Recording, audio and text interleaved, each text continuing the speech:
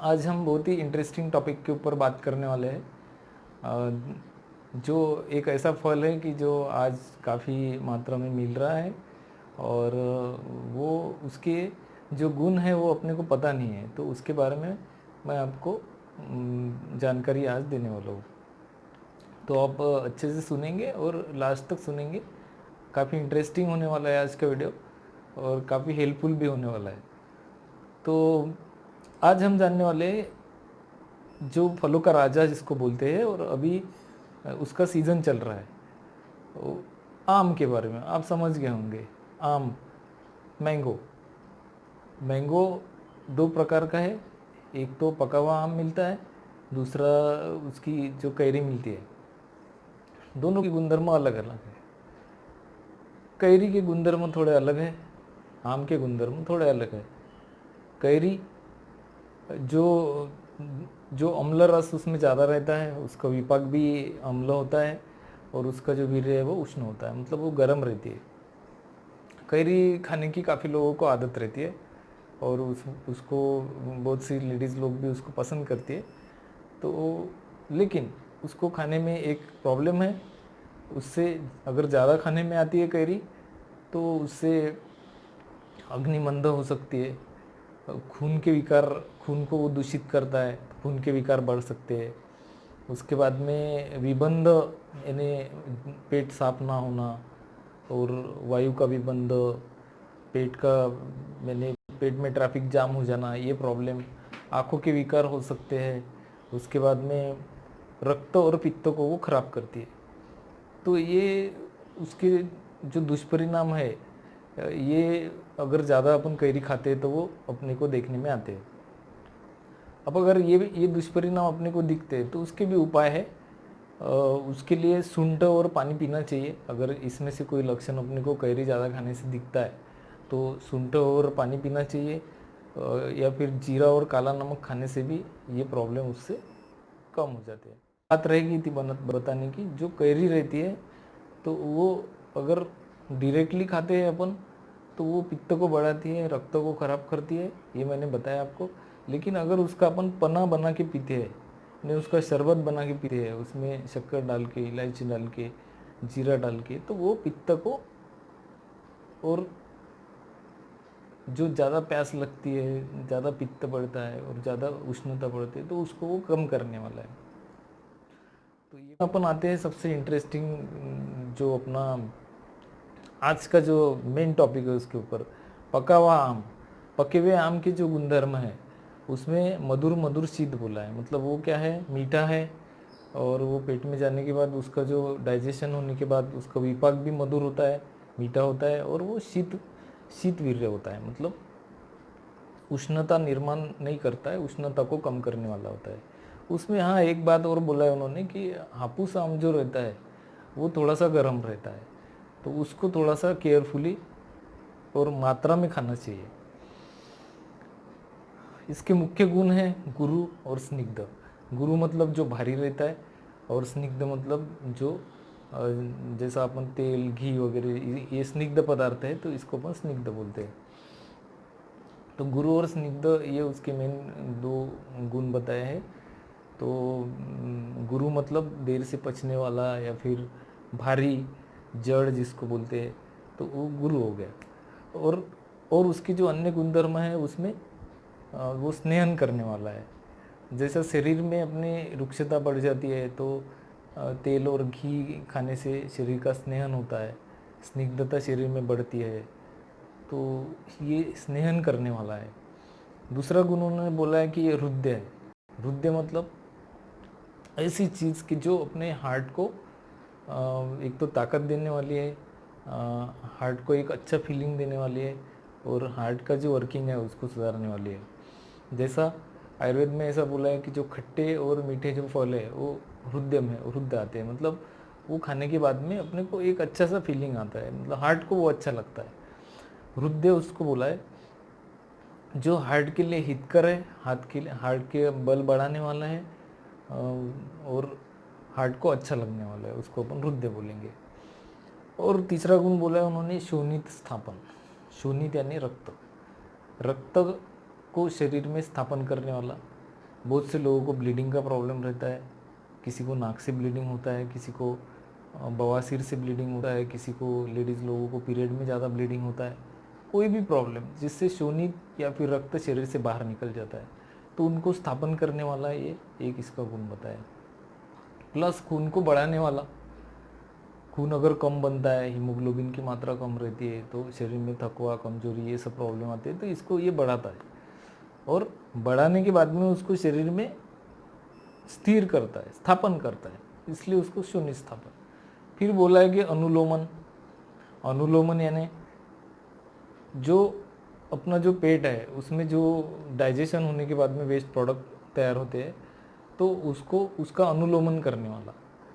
पेट साफ नहीं होता है, पेशाब रुकती है, और काफ़ी लोगों को कॉन्स्टिपेशन रहता है, तो उन लोगों के लिए तो ये बहुत ही अच्छा है, मतलब इससे पेट साफ होता है, अनुलोमन हो जाता है। पांचवा बल्य, बल बढ़ाने वाला, शक्ति बढ़ाने वाला, तो शक्तिवर्धक है, इसको खाने से ताकत आती है और आदमी के जो मसल्स है वो मजबूत होते हैं। इसके अंदर काफ़ी मात्रा में विटामिन ए और सी रहता है, जो अपने को इम्यूनिटी बिल्डअप करने में भी हेल्पफुल रहता है। आँखों के लिए विटामिन ए अच्छा रहता है, सभी को पता है। तो एक बल्ले करके इसका उपयोग किया जा सकता है। उसके बाद में वर्ण्य। वर्ण्य मतलब क्या होता है कि आयुर्वेद में ऐसे कुछ मेडिसिन है कि जो खाने के बाद में अपना वर्ण सुधरता है, मतलब अपना जो कॉम्प्लेक्शन रहता है, जो अपना एक रंग रहता है, कलर रहता है, उसको ये उभारता है, उसको ये बढ़ाता है। तो इसको क्या बोलेंगे? वर्ण्य बोलेंगे। जैसे चंदन है वो भी वर्ण्य रहता है, उसी प्रकार से ये खाने के बाद में अपना जो वर्ण है उसको सुधारता है। उसके बाद में आता है ब्रूहण करने वाला। ब्रूहण, ब्रूहण एक शब्द आयुर्वेद का शब्द है, टिपिकल शब्द है ये आयुर्वेद का। तो ब्रूहण मतलब ऐसा है कि ये शरीर को एक प्रकार से शरीर का वजन बढ़ाता है। जो रस रक्त मांस मेद अस्थि मज्जा शुक्र है, वो जिसके क्षीण हो चुके हैं, तो वो क्षीण हुए हुए जो सप्त धातु है उनको ये बढ़ाता है और शरीर को एक अच्छी सी ग्रोथ प्रदान करता है। उसको अपन बोलते हैं आयुर्वेद में ब्रूहण करना।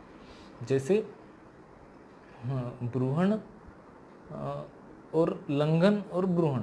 लंघन यानी जो अपन उसको उपास करते हैं, किसी का शरीर बहुत मोटा होता है, बहुत चर्बी होती है, तो उसको लंघन से कम करते हैं। जो एकदम दुबला पतला होता है, क्षीण हो चुका है, तो उसको अपन ब्रूहण करते हैं। ये आयुर्वेद में एक शब्द आया है, ट्रीटमेंट का पार्ट है। तो ये शरीर का ब्रूहण करने वाला है, शक्ति बढ़ाने वाला है।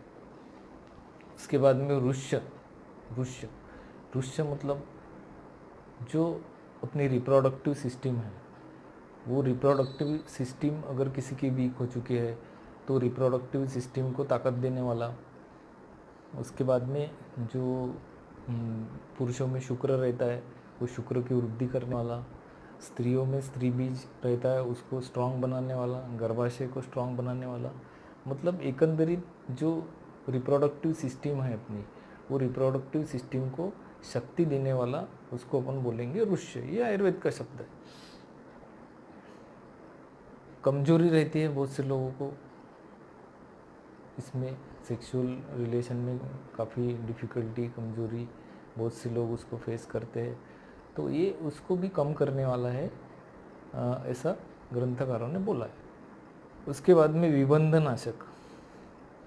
विबंध बहुत प्रकार का रहता है। पेट में वायु का विबंध होता है, मल का विबंध होता है, मूत्र का विबंध होता है। ये विबंध मतलब जैसा आप समझो कि ट्रैफिक जाम होना। शरीर के अंदर वायु पेट में बंध रहा तो ज़्यादा है, लेकिन वो बाहर निकल नहीं पा रहा है, तो क्या हो गया? उसका विबंध हो गया। मल तैयार तो ज़्यादा हो रहा है, लेकिन वो बाहर निकलने में असमर्थ हो रहा है, तो उसको क्या बोलेंगे? मल का विबंध। तो ये विबंध को दूर करने वाला है। मतलब ऐसा समझो कि अगर कहीं पे अपने पेट में, शरीर में ट्रैफिक जाम है, तो ये उस ट्रैफिक जाम को रिलीव करने वाला है। उसके बाद बोला है उन्होंने कोष्ठ रुक्ष नाशक। कोष्ठ यानी जो अपना पूरा इंटेस्टाइन है, उसको आयुर्वेद में कोष्ठ बोला जाता है। तो वो कोष्ठ में ड्राइनेस आ जाता है, रुक्षता आ जाती है, तो वो रुक्षता को दूर करने का गुणधर्म इसके अंदर है। वो ड्राइनेस का की वजह से आएगा, पेट में गैसेस ज़्यादा बढ़ गए, वायु ज़्यादा बढ़ गया, या रुक्ष चीज़ें खाने में आ गई, जैसे बेसन हो गया, आलू हो गया, तो उससे पेट में रुक्षता बढ़ती है। उससे प्रॉपरली एक तो पेट साफ नहीं होता है, डाइजेशन अच्छा नहीं होता है, उसमें जो रस रक्त मांस में अस्थि मज्जा शुक्र बनना चाहिए वो बनते नहीं है। तो वो रुक्षता को ये कम करता है, मतलब ये उसको स्नेहन प्रदान करता है पूरे इंटेस्टाइन को। तो इतने सारे गुण आपको पता नहीं होंगे आम के बारे में। आम तो अपन रोज़ खाते हैं, लेकिन ये सब पता नहीं होगा। और इसका सबसे इम्पोर्टेंट और सबसे बेस्ट आपको मैं गुण अभी बताने जा रहा हूँ, जो सुन के आप हैरान हो जाएंगे कि ये आम के वजह से ये भी लाभ हो सकता है। तो ये लाभ है अम्ल पित्तनाशक।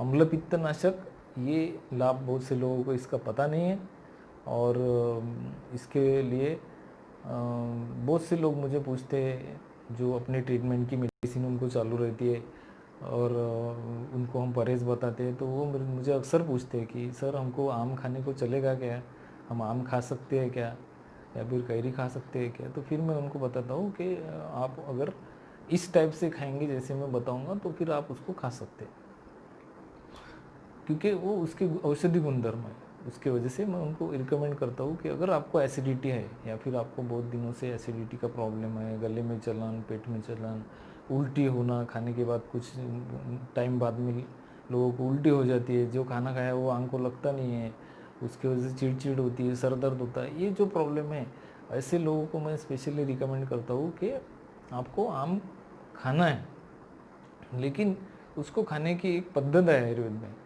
वो पद्धत ऐसी है कि उसको दूध में मिला के उसका जो आम का जो रस बनाते हैं, तो वो पानी में लोग अक्सर बनाते हैं उसको, कुछ लोग दूध में बनाते हैं, तो वो स्पेशली उसको दूध के साथ में बनाना है। इसका कारण ऐसा है कि जो आम का जो अजीर्ण होता है, वो अजीर्ण दूध उसको दूर करता है, उसके वजह से उसको दूध के साथ में मिक्स करके खाने के लिए बोला है। मतलब वो ऐसा करने से क्या है कि एक तो वो इजीली डाइजेस्ट हो जाएगा, और उसमें से जो हीट निर्माण होने होने वाली थी वो नहीं होगी, और उसमें से अजीर्ण नहीं होगा, और अच्छे से वो पच जाएगा। ग्रंथकार तो ऐसे बोलते हैं कि 2-3 महीने आम मिलते हैं, तो 2-3 महीने अगर वो अम्ल पित्तकर होगी, दूध और आम इस पे रहता है, मतलब ज़्यादा से ज़्यादा वो वही खाता है, बाकी की चीज़ें तीखा वगैरह ये सब्जी ये अगर वो कम खाता है, तो उसको आगे के 7-8 महीने तक एसिडिटी का प्रॉब्लम होने के कोई चांस नहीं रहता है। और ऐसा अगर वो हर साल 2-3 साल तक करते रहता है, तो फिर उसका जो नए वाले जो पेशेंट रहते हैं एसिडिटी के, मतलब जिनको काफ़ी 10-15-20 साल नहीं हुए हैं, 2-4-5 साल हुए, तो ऐसे लोग उसमें से ठीक हो जाते हैं, ऐसा ग्रंथकारों को बोलना है। तो मुझे ऐसा लगता है कि अभी आम का सीज़न है, अभी और 1-आध महीना आम मिलने वाला है, तो आप लोग वो आम का सेवन करो, और उसको दूध के साथ में सेवन करो, तो आपका एसिडिटी, मतलब जो पित्त का अजीर्ण रहता है उसको एसिडिटी बोलते हैं आयुर्वेद में, तो वो आपका दूर हो जाएगा, और उससे रिलेटेड जो बाकी के प्रॉब्लम है वो भी आपके सॉल्व हो जाएंगे।